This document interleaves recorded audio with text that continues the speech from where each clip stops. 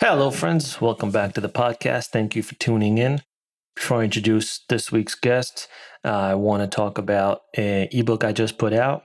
It is on Gumroad, or you can go to any of my social media platforms, and it's in the links as well.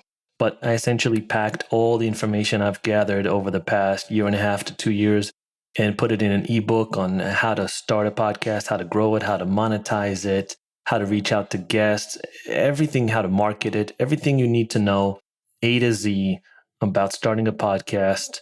It's in there. It is very affordable. So please go check it out if that's something you're interested in. It's a great networking tool that I've used over the past year and a half. I've gotten to meet some amazing people, and it's a growing trend. There are a lot of people that are starting podcasts, but I don't think they're really thinking it through. And this is just a great way to do that. So feel free to check it out. I'll leave it in the show notes, and you can go to any of my social media handles, and you can go on Linktree there, and you'll see the ebook. Feel free to check it out. So let me introduce this week's guest, Inbal Arieli. Inbal is a serial entrepreneur, tech influencer, author, and speaker. Her latest book is Chutzpah, Why Israel is a Hub of Innovation and Entrepreneurship. And I had so much fun doing this podcast. As soon as I spoke to Inbal, I think within 5 minutes, I already felt like I knew her for a very long time. I just felt very comfortable talking to her. So I think that lent itself to a really fun podcast with a lot of information. We packed a lot of information in there. She's a wealth of knowledge on tech in general, but specifically in Israel as well. Now, as the book title suggests, I've been wanting to have someone on the podcast for a while that is an authority on why Israel is such a hub of innovation, why it's such a success story when it comes to tech, when it comes to startups, and allowing entrepreneurs to be as creative as possible or as daring as possible.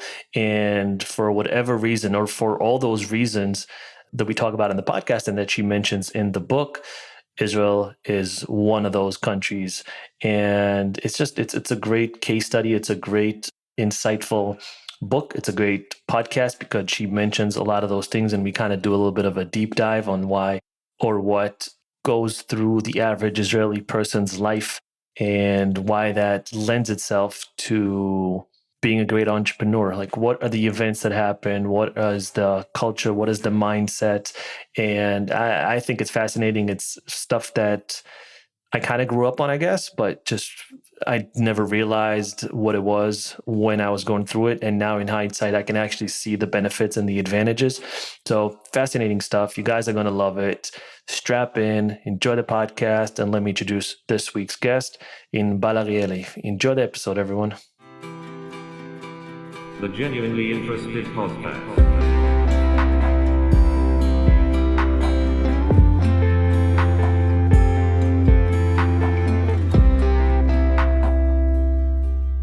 Inbal, how you doing? I'm great, thanks. How are you?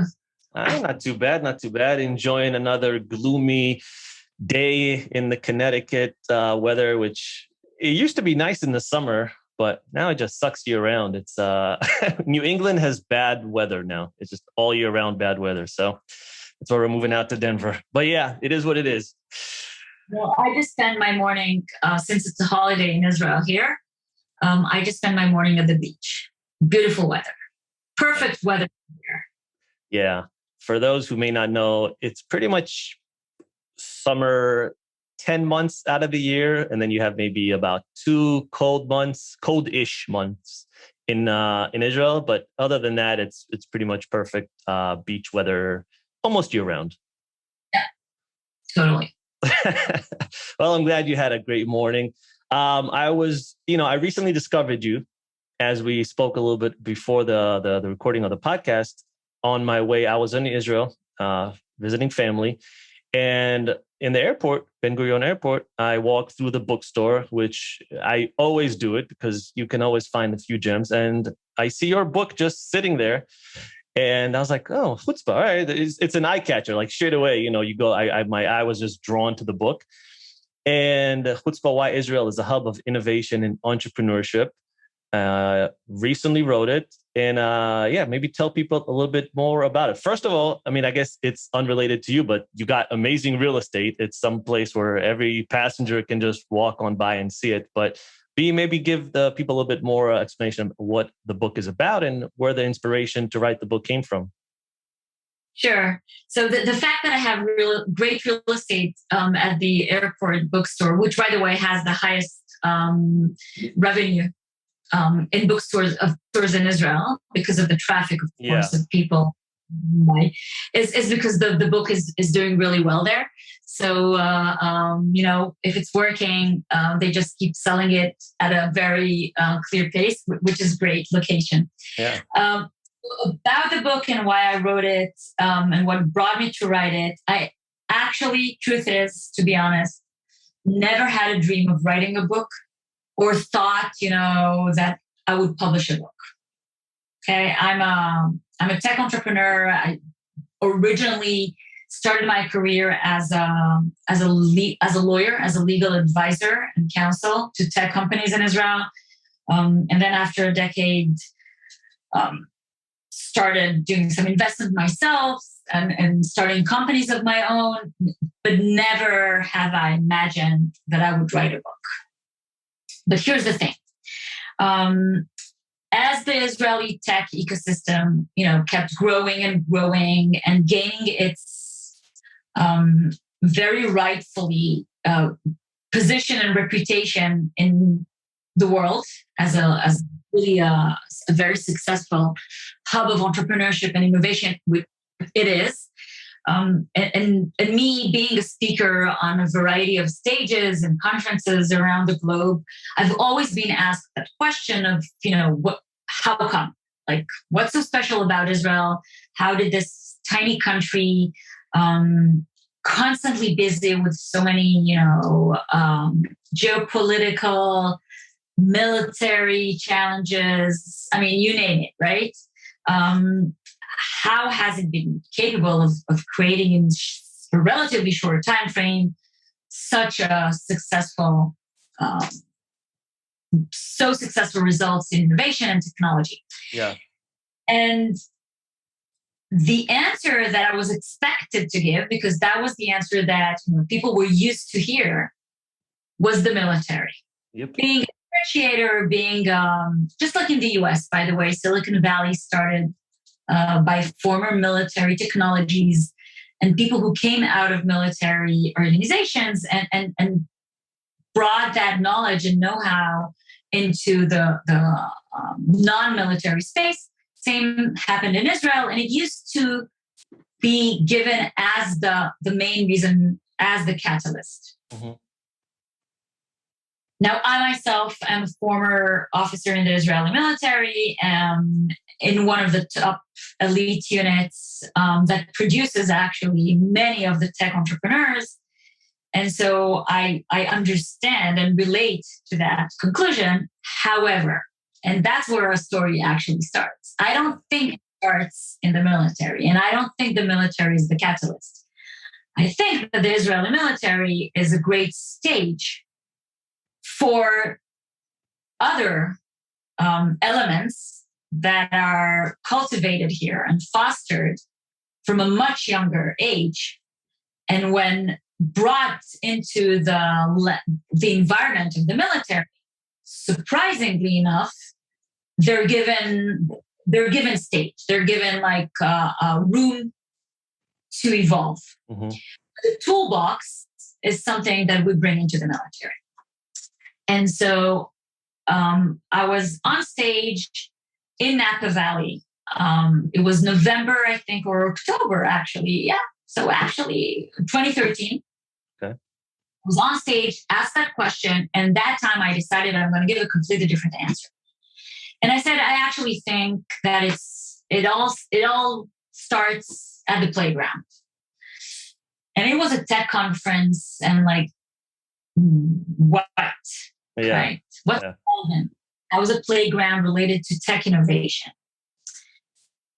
And so I just shared my thesis that I had at that time. Coming off stage, people started asking me, where could they read more about what I said? And I was like, Nowhere. It's just an opinion that I have. Yeah. And like I said before, I didn't do writing, or, I did not release my thoughts out there. And going back to the hotel that night, it was already morning in Israel. I called my husband, who's my partner to any, idea that I have. And I told him, you know what? I'm going to start writing a book. I have this thesis that people are interested in. Because not one person asked me, but like a long list of people came and wanted to hear more. And that's when I decided to write the book. It took me 6 years, actually, between that decision and the moment it was published in the US by HarperCollins as a business book. So it's Harper Business, actually. Because the second I decided that I'm doing it, I also decided that I'm going to do it to a global audience, starting with my colleagues and audience in the US. Yeah. And best and highest standards possible. And so, end of the story, you saw the book in its English version of it. Yeah. So it's very similar to startups, right? They Israeli startups, they have ideas, but their market is the US always. They never, or very rarely, do they create products for the Israeli market. They have their ideas, they make them, and then ship them to the US. It's very similar to what you did, right? Because that is the market, essentially. Right. And that is because I come from the tech ecosystem. Yeah, exactly. So, because otherwise, if you look at if you look at content creation today in Israel, which has really well developed, and other authors, they typically first write to their local domestic audience. Yep. And then try to sell the rights globally, which is a completely different story, because when you write a book, and you need to have, just like a product, a specific target audience in mind, because you could tell the same story in so many different ways to different audiences. And yes, I think that my decision to write in English, to target the US market, the business market, the US market as my main market, is definitely rooted in my experience in the startup world. Yeah. Well, essentially what I gather both from you and the book is it's not only the army, or it's not only the wars that Israel has had, or the type of thinking, or the playground. It's an amalgamation of everything that is Israel, from the food to the expressions and everything, which creates this extremely innovative atmosphere for young adults to thrive in. And it's almost like we have our whole childhood to kind of live through all those experiences. And the IDF is almost like the Y Combinator of Israel. Like you get into Y Combinator, and then that you get the results of, a Fiverr or all these other big companies out there through those things. Yeah. So I actually think of it as, as a mindset. Okay. This chutzpah. What is chutzpah? What is this? Right, this thing. For me, it's a mindset that actually comprises of a variety, of a collection of traits, elements, capabilities. Choose the word you want. Okay, and I think they are very present in the way we grow up in Israel. But I actually think that they are universal in a sense. And so if you think of it, the book was published by Harper Business. It's a business book, but it speaks about childhood. And the reason is it was an intentional decision I made, because the one common thing that we all have around the globe, everyone has, is the fact that we once were kids. All of us, right? And when you think of it and you go back into your childhood, no matter where you grew up and no matter what your culture is and the influence of the environment, there are some very basic universal elements that all kids possess. My thesis is that in Israel, we let them thrive, these elements. And whereas in other places, some of them are more strengthened and cultivated and nurtured, while others are less. Of course, on the account of other things, right? Yeah. There's all some sort of balance here. But I do think that anyone around this globe possess them, and intentionally, with awareness and training, could go back into them their own self and find them and create that chutzpah mindset. Yeah, critical for our future. I was fascinated with why you focused on words like Rosh Gadol, Balagan, Yeb Seder, obviously Chutzpah and Kombina, and all these other words that are very obviously unique to Israel. But I was just wondering why you focused on words to describe, because the whole chapter could be based on the word, right? And I found that fascinating. So in the process of writing, okay, I realized that there are three, if you want, lenses, three main lenses which I wrote through. One was the lens of the personality trait, the capability. Okay, so let's say the skill, the soft skill. Let's say challenging authority. Okay, or just questioning. Yes. As a skill. Okay, that's one lens.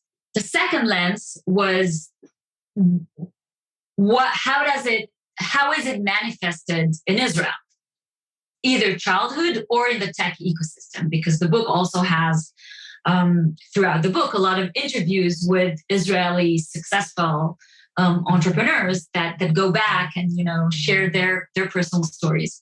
So that's the second lens: innovation, technology, entrepreneurship, and the tech ecosystem. And the third lens, as I was writing, I realized that there are words in Hebrew that capture exactly what I'm trying to say, that any Israeli would understand, and represent an entire mindset or micro mindset, some of which you just mentioned. And then together with the publisher, we decided to keep that dictionary part, which is very uncommon in nonfiction books. Yeah. And exposing to the world this dictionary of words in Hebrew and how they originated, what they symbolize, and actually turning these words into concepts. No, I loved it. I so often I have a hard time explaining. It's one of those things. It's like, Kombina. You actually, that was the best translation I've ever heard of Kombina, because I've been trying to tell people what that word means for about 8 years. And every time I have a different way to describe it, and I never, ever describe it to what I think is a satisfactory level, or to a point where I think they actually fully get it. It's just not on that same. And when you described it, I don't have it in front of me, but I remember when I read it, I was like, that is perfect. That's exactly what it is. Yeah. So it took a lot of effort to try and, take these concepts and articulate them in a way that captures exactly what they mean and not just the literal meaning. Although it's also very interesting to understand each and every word, what's its origin and how it has evolved and how it's. Yeah, for sure. How many languages? Sorry, go ahead. And the whole dictionary thing, by the way, became. It's interesting you're mentioning it, because the first critiques of the book, the first reviews of the book in the US, all captured the story of the book through the words. Yeah. I did not plan on the dictionary to be such a meaningful part of the book. I'm very happy it became such a meaningful part. Actually, you can see behind me some of the words, but in small, and they each have a visualized Okay, a way of describing them. They're all, by the way, available, free to download on my website, chutzpahcenter.com. There's a chutzpah dictionary. You can download the visual, demonstration. Yeah. No, that's awesome. Yeah. You guys can't see, but there's a bunch of words right in the back. Yala, katanalai, which, if you read the book, it kind of explains everything. But that's awesome. Yeah, you should check out the website, definitely. How many languages has the book been translated to? So far, it was released first in English, then in Israel. Second language. I wrote it in English. Okay. Actually, in Israel, it's coming out soon in a second edition already. Nice. Yes, I wrote a new introduction in the Hebrew, in Hebrew, not in English. Yeah. Added an introduction about the whole COVID pandemic and Israel's reaction to it. Okay. And then it was translated in 4 additional languages in Southeast Asia. So we have, let's start with the smaller ones. They're not small, but they're smaller. Mm-hmm. It was released already in Taiwan. Oh, wow. It was released in South Korea. Okay. Of course, in local languages, in Korean, in complex Chinese, which is the language spoken and read in Taiwan. It was released in Japan, in Japanese. Okay. And recently in China, in Chinese. There's how the reception been so far? Because I think, and I'm probably wrong, but I'm just interested in this. I think we as Israelis, and maybe it's true for other cultures as well, we think we're very unique, right? Like it's, we're unique with this and with our food and the way we interact and all these things. And maybe every culture you go to in every country, they think that, and they very well could be that could be right. But have people from Japan or China or Taiwan read the book and said, you know what? Like I see a lot of what you describe in your culture, in our culture. I actually see more similarities than differences. So it is fascinating, and it's very also moving for me, to get these reactions from readers in these countries. And yes, they each have a different perspective, and they each find parts of themselves, chutzpah. Because like I said before, I really tried to capture some universal elements that I do believe exist in everyone. Mm-hmm. But in some cultures, in some environments were somehow, neglected because of different reasons, or at least not cultivated. And so they find them, and they find them in themselves with a different, sometimes appearance or behavior, but the core element is there. And it's different from one country to the other. And on the opposite side, there are some elements that are really not, that are more of a challenge, that are more of an aspiration. Yeah. These cultures and these societies, because they do all understand that the skills that I'm talking about in the book are the fundamental skills for the future. These are all soft skills that no matter where you live, no matter what you do, this is what humanity or human beings will need in the future. Yeah. And so they're all aspiring to strengthen these skills. No, it's amazing because we tend to think of people, I think especially far, far, far away, like in Asia, very different from us, right? Oh, we're so different. But like you said, and maybe there are societal norms within each country, and sometimes even within each area of a country that can be different. But overall, I think there are, like you said, there's universal truths that are the same everywhere you go. So it's good that they could pick up on those things, and it's good that the book projects those and that people can relate to that. Yeah, I mean, the best example is, when you think of kids, at 3 years old, okay, let's take that age as a reference, or 2.5, when they start speaking, okay, and they start organizing the world in their minds. Mm-hmm. They do it by asking questions. No matter where they grow, no matter what's the environment around them, that's how they organize the world. Yeah. And that ability, that very naive, right, ability of kids just to ask questions without ego, without expecting some sort of answer or another, is something that is common to kids all around the world. Yeah. So that's just a small example. Now, of course, as we grow, the environment has more and more influence on us. And so values that exist in specific countries versus others will influence, in that example, who we ask questions, how much do we ask, in what tone do we ask those questions. That's true. Do we keep asking questions?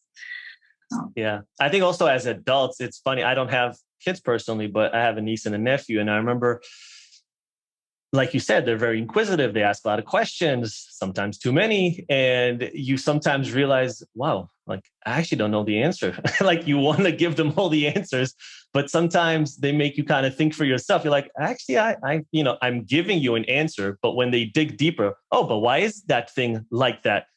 Like, I actually don't know. I have to actually think about that. It's funny. They make you think about these things in a little bit of a different way. Yeah, that's actually a great point. And one of my favorite topics in the book and in general is our ability as adults to face, the fact that we don't know everything, and actually to feel very comfortable, to try to feel comfortable with it. Because in most cases, when a kid would ask an adult, a question, let's say, and then they would go deeper and deeper to that point where the adult doesn't know, he or she would try to find the answer. Yeah. You would not want to leave it as an unclear situation, right? Although, what if we just told them, you know what, I don't have all the answers. I don't know. I think that teaches children much stronger lesson than the fact that we know everything. Yeah. Because there's a lot of power actually not knowing. It opens much more opportunities than knowing. There are a few chapters in the book that actually refer and relate to that notion of not knowing is actually okay. Yeah. Especially in entrepreneurship and in innovation. There's so much more you don't know versus what you know. And if you have a lot of confidence and you think you know everything, your chances of evolving and growing and developing and succeeding eventually are actually lower. So yes, I think that's a critical element. And it also, connects us to being more humble, and we really don't have the answers to everything. Yeah, I think there's a direct link between unknowing and the ego in a way, because we as humans, we're very uncomfortable not knowing, right? Like when someone asks questions and we don't know, or maybe they talk about something and we've never heard of that before, we kind of feel like, oh, am I dumb? Like, don't I know the answer? Like, shouldn't I know this? Oh, everyone else knows this. I don't know. And there's this notion, and maybe this, I don't know, like historically, who knows, like how far this goes back, maybe like not knowing something could get you killed back when you were like back in the day. So it was very important to know the lay of the land and knowing everything around you. But yeah, there is, this is something I'm personally working on, to just be more comfortable with saying, yeah, no, I've never heard of that, or I actually don't know. I'll go look at, I'll go find the answer later on. But right now, I just don't know. And I should be okay with that, Yeah. Yeah. I sometimes run a kind of a test with audiences where I speak to, in front of them, and I ask a question, which I invent. And there's I don't know the answer to, and there's no real answer to, because it's an invented question. Okay. And I like a multiple choice answers, and only the fifth. The fifth answer is I don't know, and the other four answers are they seem reasonable for different reasons, but they're not correct. Yeah. And I ask a question, and we vote, and very rarely you have people in the audience voting for number 5. And then I tell them, but sometimes there is one or two like brave people that just raise their hands and say, I don't know. And that's very brave, by the way. Very brave to do that in front of an audience. And especially if it's, an organization that you work at, or if, your boss has voted something else, or your role model. And I use that as an example. And then I tell them, guys, this is an invented question, and the answers are invented answers, and they're correct. And actually, no one in this audience knew the answer. And yet only one or two out of hundreds of people were brave enough to say, I don't know. And I think it is connected to our mechanism of not feeling comfortable with uncertainty.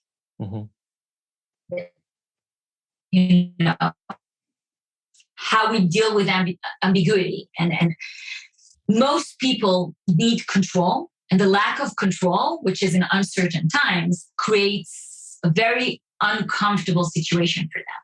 Yeah. We can just look at the past year and a half and what we've seen in the world.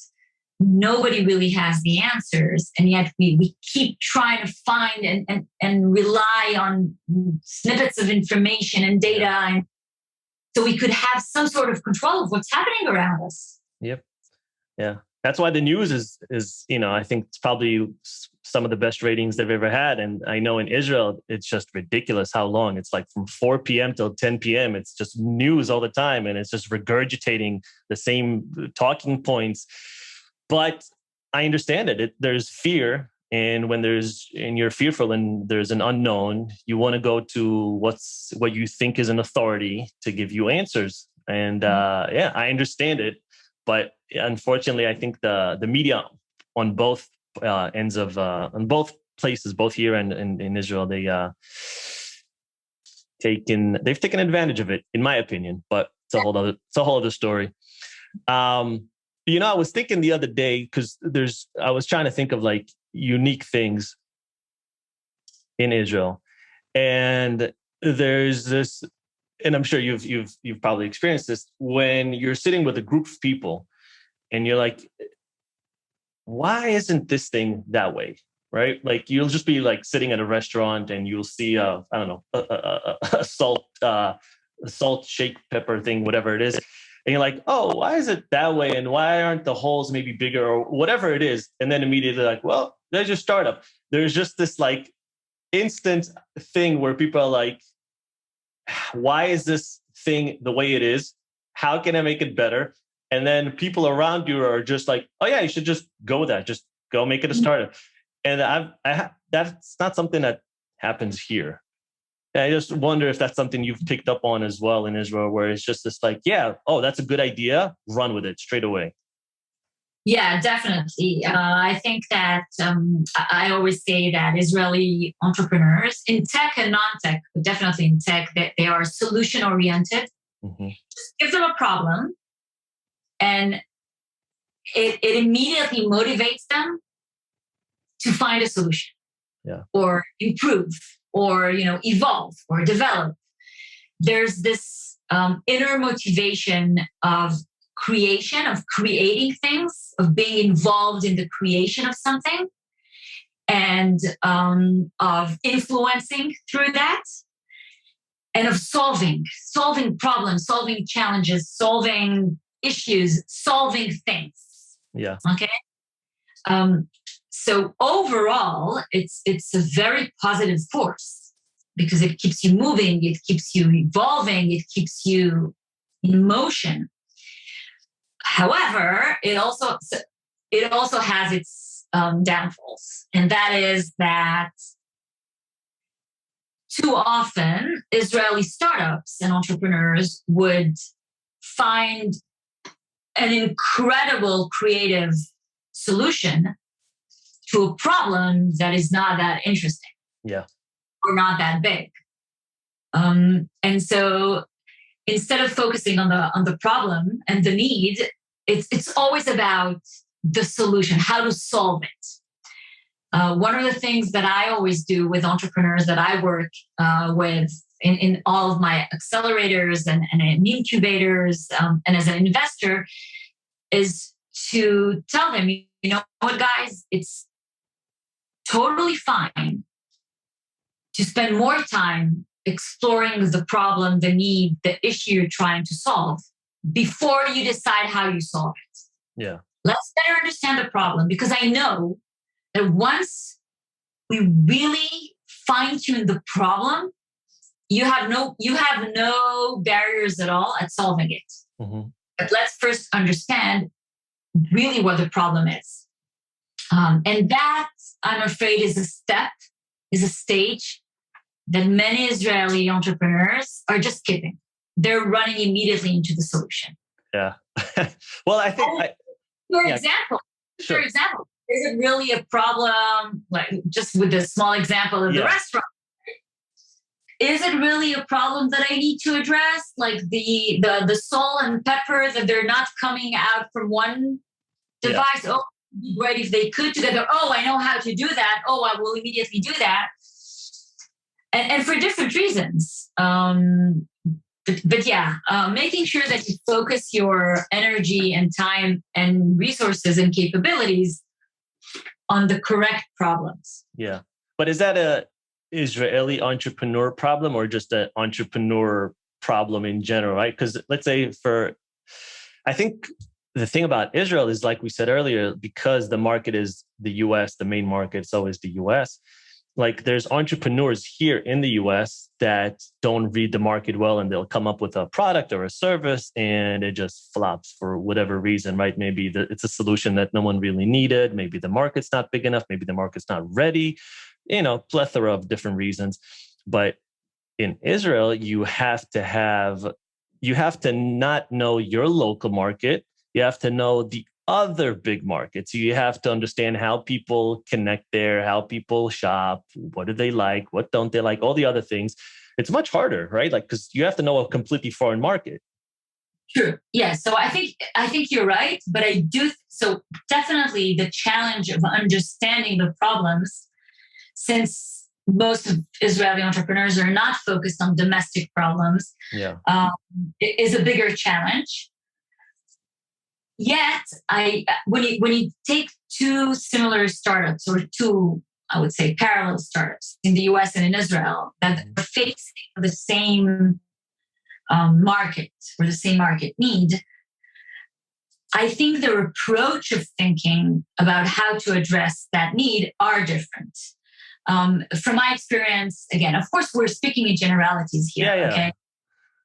From my experience, the US entrepreneur would first, run some validation tests in the market, and run more market studies before coming up with the best solution. Whereas the Israelis would first and foremost imagine the solution. Yeah. Okay. They would imagine it. They will run some validation tests, but they already have something in their mind. Yeah. And it could be a burden when you're already trying to force a need or the reality to answer the solution that you have rather than the opposite. So you're already at the end of the race since when you haven't run the whole marathon. You think you are. You know how you'll be at the end of the race, but there's an entire marathon you need to go through first. Yeah, I could see that. Yeah, it's almost like a factory of ideas, and it's great because it's amazing. And I'll have my little nephew like come up. Oh, I have this idea and I have that. Like everyone's throwing out ideas all the time. But yeah, like you said, not all ideas are meant to be something. It's just sometimes it's just an idea. Right. But the beauty is actually because of those ties between the US markets and the Israel tech ecosystem, what happened, especially in the past, I would say 5-7 years, is that as these ties are even deeper and stronger than before, the US market is even more represented in Israel through, more than 350 multinationals that have offices in Israel, through many Israelis who have relocated to the US and came back to Israel. And so the market, in a sense, or the distance to the market, to understanding the market, has shortened a lot. And then when you couple that understanding of the market, or the presence of these multinationals, or just the crazy highway, super intense highway, that exists between the US market and Israel, both sides bring their forces, and together it's a force multiplier. Yeah. What companies, so maybe because everyone knows Israeli innovation and startups, but for those who may not know, what are some innovations and big name companies that have come out of Israel in the last, let's say, 2 decades? 2 decades. Okay, 2 decades. I mean, roughly, right? So let's start with some more historical examples, like, for example, the USB flash drive of M Systems, which was back then the largest transaction. It was in 2007, I believe. The largest transaction, an Israeli company being acquired for $1.7 billion. Okay, so that's one example. We have Waze as another example, which everybody knows, right? If it's an Israeli company. Waze was actually sold to Google for $1 billion. Then we have Mobileye in the computer vision, autonomous, and generally speaking, cars, automotive industry. And then on a completely different area, you've mentioned Fiverr. Yeah. Right? Which is a marketplace for it's called the gigs economy, professional services in a variety of fields. And I think the most successful company in its space, the global market leader. We have companies such as Wix, which are online website builder. Yeah. Website builders, but a very successful one. So these are examples for companies that are B2C, targeting the end users, the consumers, which for many years it was always, we were always told that Israelis are good at B2B. B2B, yeah. For companies, for enterprises, and not because of what we talked about, right? We're distant from the actual behavior of the consumer, the end consumer. And the list goes on. I think in the medical space, we have some great examples throughout the history of the tech Israeli ecosystem. But one of the most recent ones is actually also mentioned in the book, and that's Healthy.io, which is a company that uses the smartphone for a specific list of tests. In their case, it's urine tests. Okay. And optimizing and shortening, this entire supply chain of urine tests, and bringing it in an optimal way. And other examples, cybersecurity, of course, there are very strong companies. I mean, what's interesting is that at the beginning of the Israeli tech ecosystem, it was always about industries where Israel did have some sort of clear expertise or local need. Okay. So cyber being one of them, or telecommunication because of the military, or agriculture and water. Yeah. Because of the needs in Israel, and then the ability of the entrepreneurs to actually think of a larger market than the Israeli market. But that's history. That's distant. I think the what do you call them in agriculture? Taftifet, the thing that drips the water along the irrigation system. Drip irrigation system. I think that's an Israeli invention. Yes, it is an Israeli invention, and it's is still the global market leader in that space. Yeah. Yes, and in agriculture in general, I mean, there are a lot of technologies and food tech technologies that came out of Israel even before the word food tech invented. Yeah. Because of growing in the desert, that was a need. And then from that need here in Israel, it actually created an expertise in how do you grow good vegetables and fruits in a sunny, deserted environment. Yeah. Or another extreme example that actually not a lot of people know how Israel is leading the world in that. A very interesting one is the one of milk cows, milking cows facilities. Okay, that's a new one. I haven't heard that one before. That was actually, so in the kibbutzim in Israel, okay, all of the milk and the dairy used to come domestically from those kibbutzim in Israel, where they had, how do you call that in English? How do you say refit? Well, I don't even know if they have that anymore. I think nowadays you just have a large CAFO, right? Like that's what it's called, I believe, where they just milk and eventually slaughter cows. Well, yeah, I don't think they kind of live on small ones in Israel in all the kibbutzim. Yeah, and part of the like a pasture type.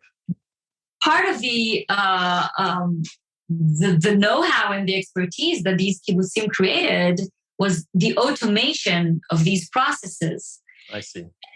And it has actually turned into an expert field, the knowledge of the automation, to other places in the world.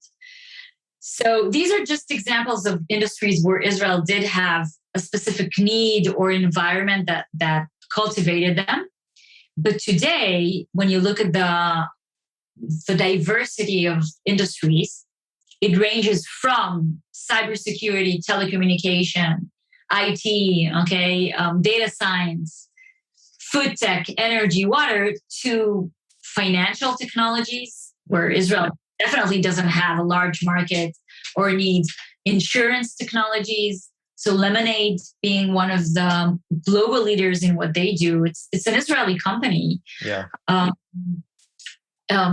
Fashion technologies, retail technologies, computer vision, autonomous vehicles, drones. I mean, just name it. Yeah. Well, another one is desalination. I think we're a world leader in desalination. I've been seeing these articles coming out of California where obviously massive droughts, and it doesn't look like it'll get better anytime soon. On the contrary, it looks like droughts are going to be the new norm. And there've been articles saying like, why can't we copy what Israel is doing? Because we're all along the shore. We can use these desalination plants to, bring in water. So that's another one. That's another example from what started here as, a domestic need. Yeah. And built in while considering the ability to actually impact and create global markets to these technologies. Yeah, that's going to be a massive one because water is starting to be scarce in a lot of places. And unless they start somehow creating water out of thin air, literally. There is somebody doing that in Israel. Yeah, there is. Yeah. WaterGen doing that and being very successful in many remote locations called WaterGen. Yeah. So water tech industries is another industry that is very well developed here. An additional one is actually, like I said, the one about food technology. And everything that's related now to, Vertical growing? Also, but I meant meat and poultry and artificial meat, or however you want to. Lab grown meat. Yeah. There's a company, Super. Yes, there's so many different technologies and ways of doing that. But that's another industry that is really Israeli companies are disrupting the world with the technologies they bring and the solutions they bring. Cultivated meat. I mean, there are different options, but it's one that is really now being emerging in the Israeli tech space. So now that we've covered, I mean, I didn't even know a lot of this stuff, to be honest. Like, this is just, it's mind blowing. And I'm sure we didn't even cover, like, I'm sure there's so many other companies and other industries. Give people maybe an idea, because we said there's a few different elements, right? And it's not only the army, but the army is one component. Like, what are the other things that obviously are written about in the book that just, I don't know, make this ecosystem such a flourishing ecosystem for entrepreneurs? So I think the Israeli model is a unique one in the sense that it has organized itself around certain elements. I'll say that one, the mindset, in my opinion, is critical. So the one of asking questions and not knowing and being motivated to solve and challenging reality, okay, and wanting to take part in changing reality, a reality. So all of these elements, and these involve critical thinking and complex problem thinking and innovation and creativity, okay? These are all one very essential part, in my opinion, but one group of elements. The second group, I think, which is very interesting, is the network effect, or I would say the networks effect. Okay. In the sense that, and it has also, of course, a lot of converging points with the first one. But the fact that we are very personal in what we do and in how we act. Yeah. The fact that we don't waste too much time, going in circles. Yeah, I love that. The fact that we know we can relatively easily understand, even in between the lines, when we speak about one person or the other, it's relatively authentic, or the way we call it in the book, dugri, right? Yeah. It's no BS. Yeah. And that, so it creates trust. And that trust in networks of individuals creates, again, a very fertile ground to support each other, to help each other, to provide advice, to connect with others. Now, to be fair, the fact that we are small in scale also helps. For sure. Right? So it's easy to, because of the size and the climate in terms of interpersonal climate, it's easy to get to reach any person you want here in Israel. That's true. That's the second element. The third element, I think, is that of values and things that are important to us, whether we acknowledge it and we're aware of it or not. Yeah. I just saw 2 days ago an incredibly moving show on TV about people who are doing, it's the holiday season in Israel, so there are a lot of shows about summarizing the year. Yeah. And it was about people who are doing, as a hobby, not as their profession, good things for others. And you have that all over the world. Okay, you have good people all over the world helping others. Mm-hmm. But listening to the stories that they brought it was just incredible to see how young people in Israel have an interest in being involved in their communities, in their neighborhoods, country level, each person on a different level. Yeah. They want to be involved. And growing up in Israel, they think it's possible, like you said before, to just solve any problem. So they're highly motivated. And I think that core value of eventually wanting to do good exists here. Although we personally are sometimes blind to it, we don't see it in ourselves. But when you look from the outside, it's present. Yeah. And so Israeli solidarity, is at its best in times of crisis. Oh, for sure. Yeah. Not so much when everything's going well, but when going well because we like to criticize and we're very cynical about ourselves. But it's present. Mm-hmm.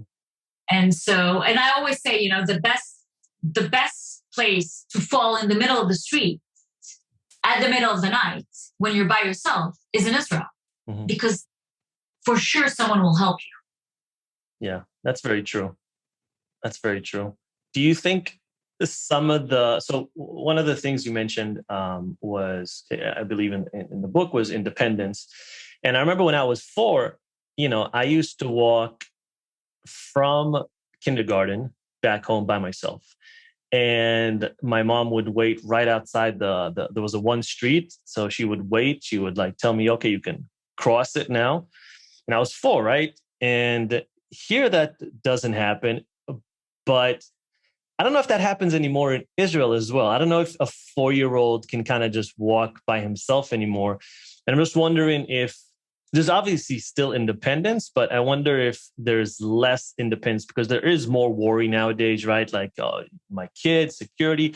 So are we becoming a little bit more helicopter parents? And is that, do you think, an overall good or bad, or just the reality of the times?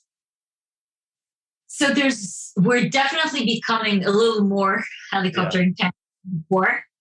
Okay, I can't ignore this.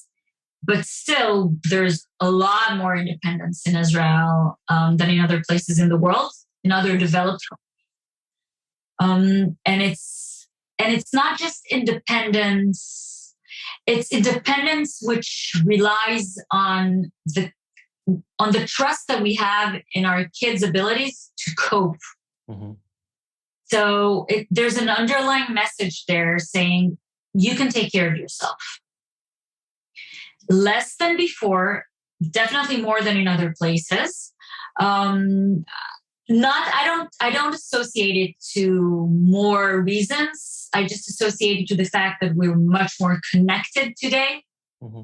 All these devices and all of the options that help us be connected to one another all the time. People have, cameras in their home filming what's happening at every single moment of their homes. Yeah.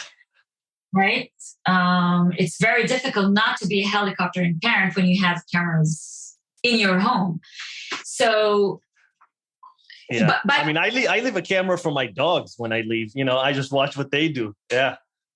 So you see, imagine when you'll have kids, right? So, but by the way, this is very rare in Israel, still rare in Israel. But the fact is that this is the time in which we live. This is the world in which we live. I have to say that I think that you asked if I think it was a good thing or a bad thing. Overall, I think that it's not a positive behavior of parenting. Mm-hmm. Okay. Yeah. I think that by doing that, the message we give them is that we don't trust you.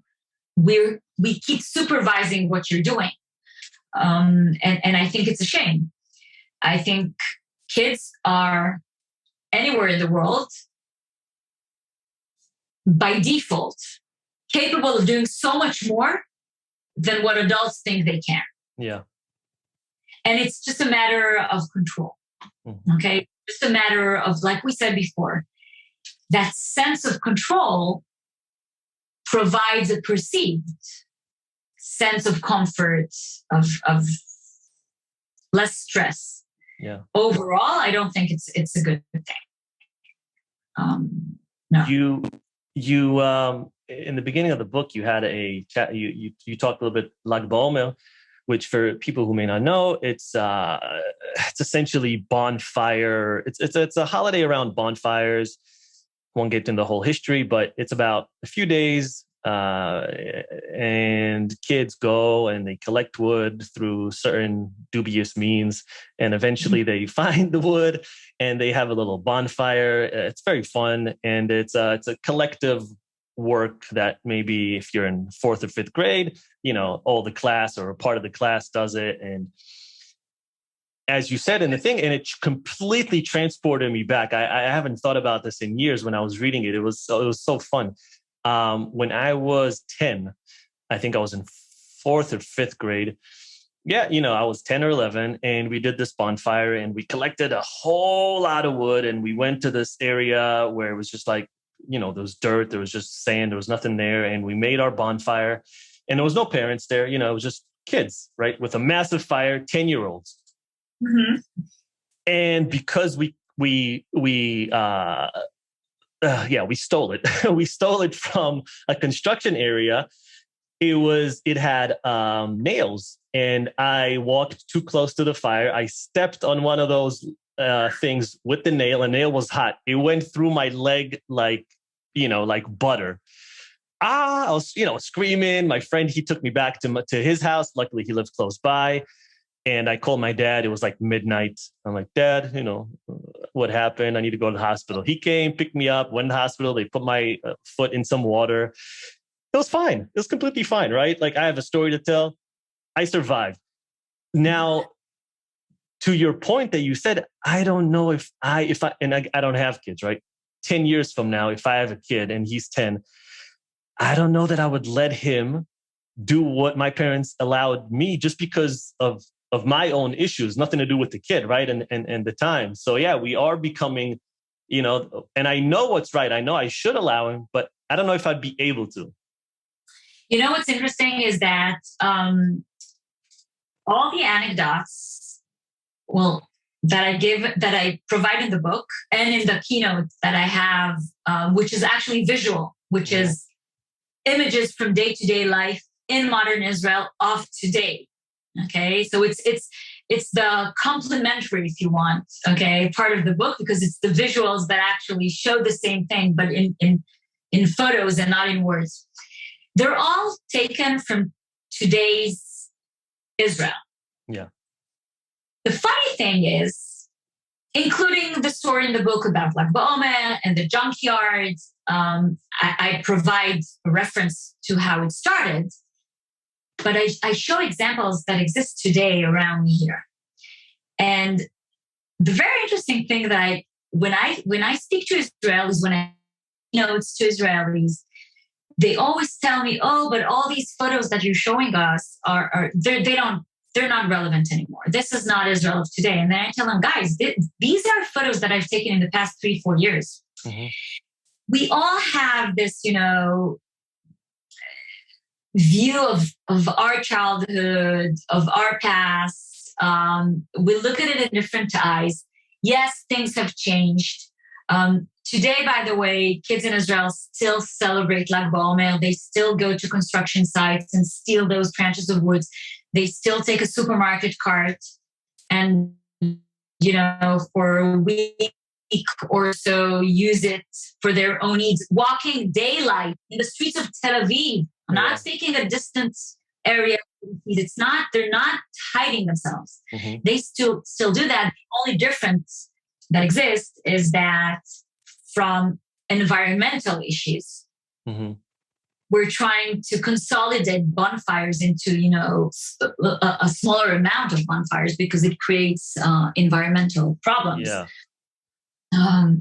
But these things still exist in Israel.